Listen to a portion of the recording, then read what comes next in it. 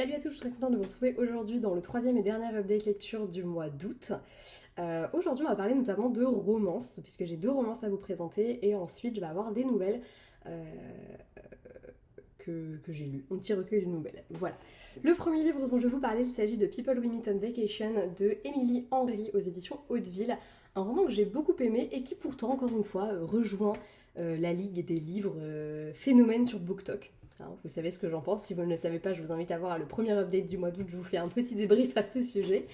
Dans ce roman, nous suivons Alex et Poppy dans un Friends to Lovers que j'ai beaucoup aimé. Alex et Poppy, ils sont très amis et pourtant ils sont incroyablement différents. Lui grand, elle est petite, elle est extravagante, lui à l'inverse est hyper réservé, c'est le genre de mec qui arrive en soirée avec un livre. Quand elle s'éclate tout le temps, ils n'ont absolument pas les mêmes projets de vie, les mêmes ambitions. Et pourtant, tous les deux, ils sont amis. Ça fait plus de 10 ans qu'ils partent en été, tous les deux, en vacances. Enfin, c'était le cas jusqu'à il y a 2 ans, où il s'est passé un événement en Croatie. On n'en sait pas plus quand le récit débute. On sait juste que depuis, ils se sont pas revus. Et surtout, ils se parlent quasiment plus. C'est très gênant entre eux. Et voilà, on sent qu'il s'est passé quelque chose, que quelque chose est cassé entre eux. Mais voilà, on ne sait pas pour qui, pourquoi.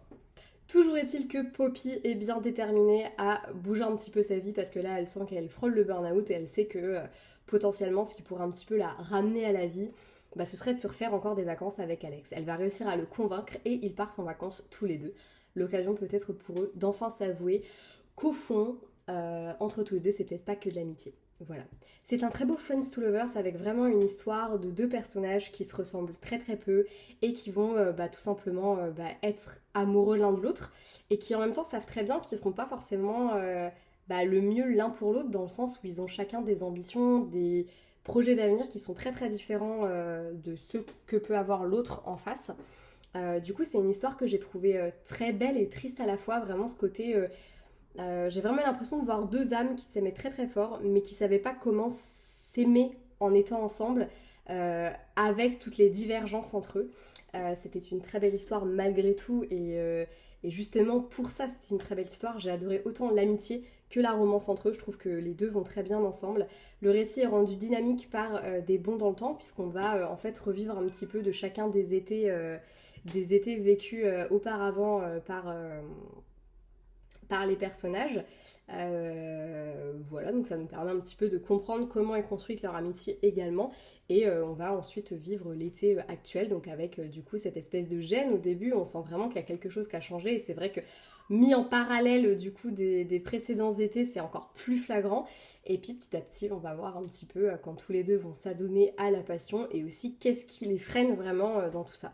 C'est une histoire que j'ai vraiment beaucoup aimée, j'ai trouvé qu'elle était très bien écrite, qu'elle était relativement fun et en même temps très émouvante. On a deux personnages qui sont vraiment...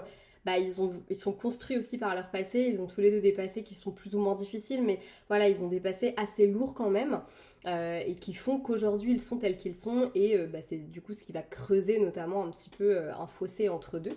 En tout cas, j'ai trouvé que c'était très très bien fichu, et je vous conseille vraiment cette lecture. En plus, je la trouve parfaite pour l'été. Bon, là du coup, vous voyez cette lecture, on est déjà début septembre, mais l'été indien est encore là, et franchement, je vous conseille de découvrir vraiment ces personnages parce qu'ils valent franchement le détour. Le second roman que j'ai lu, il s'agit d'Avalon Bay, le tome 1 d'Elle Kennedy, à savoir Good Girl Complex, publié chez Hugo Roman. Étant très fan d'Elle Kennedy, enfin en tout cas aimant généralement ses livres, j'avais pas trop de doutes sur le sujet, mais pourtant j'ai mis un petit moment à rentrer dedans. Une fois que c'était fait, par contre, je l'ai dévoré et j'ai passé un très bon moment de lecture avec Mackenzie, 20 ans, qui intègre l'université après une année sabbatique qu'elle a réussi à convaincre ses parents de prendre et dans laquelle elle s'est focalisée sur les business qu'elle a pu lancer. Aujourd'hui, elle arrive un petit peu à reculons à l'université, mais allez, pourquoi pas.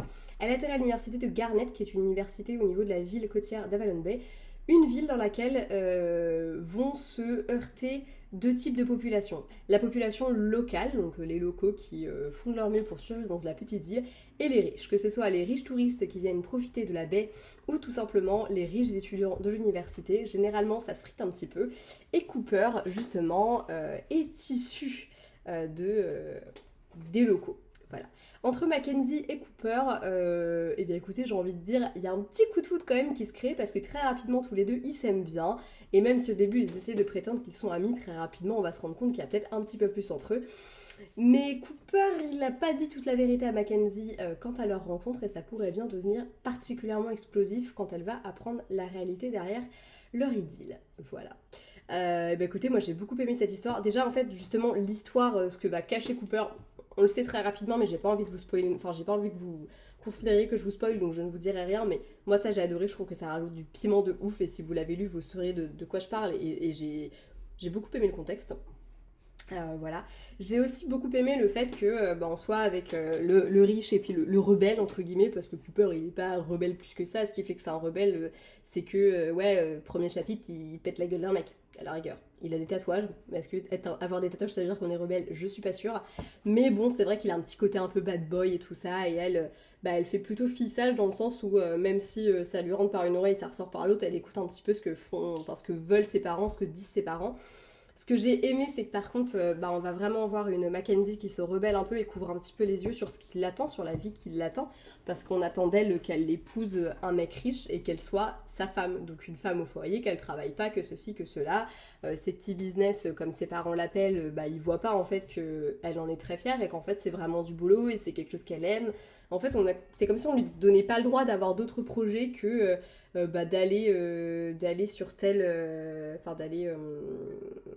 d'être la femme d'eux. On ne lui donne pas le droit de faire autre chose que ça et j'ai trouvé que c'était hyper intéressant. C'est une thématique que j'aime bien retrouver. J'aime beaucoup ce côté la personne la petite fille riche parfaite de qui on attend plein de choses mais pas ce qu'elle veut.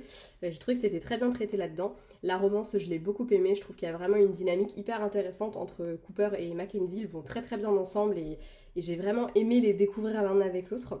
Voilà, globalement, hein, une très bonne lecture avec quelques scènes un peu épicées, mais pas trop non plus. Je trouve que voilà, globalement, on a réussi quand même à conserver l'idée du roman qui est au-delà de juste les scènes de cul. C'est à la fois aussi très fun. On a un bon groupe d'amis autour de Cooper qui est assez intéressant et compliqué à aborder. Au début, Mackenzie elle a un petit peu de mal à s'immiscer vraiment dans le groupe et petit à petit elle se fait sa place et c'était aussi touchant de la voir comme ça. En tout cas, j'ai super hâte de découvrir les tomes suivants puisque je crois, ne pas dire de bêtises, le tome 2 il sera sur le jumeau de Cooper et le tome 3 je sais pas du tout parce que je crois que le résumé il est pas encore sorti en français et du coup j'ai dû vite fait regarder mais du coup il ne m'a pas marqué du tout. Voilà, voilà. Mais en tout cas, je serai au rendez-vous et je lirai ces deux tomes suivants parce que franchement, je pense que c'est une saga qui va plutôt me plaire. Voilà. Après ça, et pour clôturer le mois, j'ai lu les nouvelles Carnet d'Elsa de Serena Davis aux éditions aux éditions Sud-Arène. Et j'ai pas aimé plus que ça. Déjà, on est sur des nouvelles, donc ça veut dire que chaque histoire va être un petit peu différente. Et c'est des histoires de femmes, des portraits de femmes. Alors moi, ce qui m'a un peu dérangée, c'est que j'ai vraiment eu l'impression de quelqu'un qui utilisait des grandes phrases, des grands mots pour, au final, pas grand-chose. Il y a vraiment des passages où, en fait, c'était très alambiqué et très poétique, mais moi, c'est pas une plume qui me parle particulièrement. Et j'ai pas trouvé que c'était... c'est bête, j'ai pas d'exemple à vous donner parce que je vais pas vous lire une nouvelle concrètement, non merci.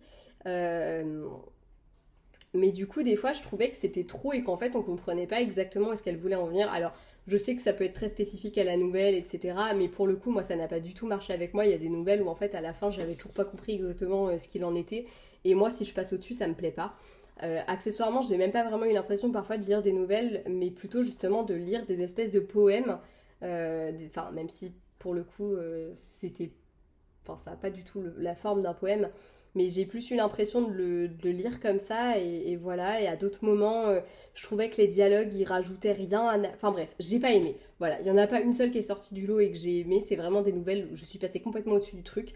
Le fait qu'il y ait plein de personnages qui s'appellent Elsa, en plus de ça, j'ai trouvé ça hyper bizarre parce qu'en fait, des fois, t'essayais de relier les personnages entre eux, mais ça collait pas du tout. J'ai pas été touchée du tout. Voilà, j'ai ni été touchée par la plume, ni parce que l'autrice essayait de raconter. J'ai pas compris les trois quarts du temps ce qu'elle essayait de raconter. Voilà, il y en a même une que j'ai pas lue du tout. Je crois que c'est la 7e nouvelle. Que ouais, je suis complètement passée au-dessus. Et voilà, j'ai pas compris le délire en fait. Et même ces femmes dont on ne parle jamais, j'ai pas, encore une fois, je n'ai pas compris. Pour moi, il n'y est pas forcément question de femmes dont on parle jamais. Et ouais, franchement, bof. Voilà, un gros bof. 14 balles, honnêtement, pour déjà un petit recueil comme ça fait un peu mal au cul.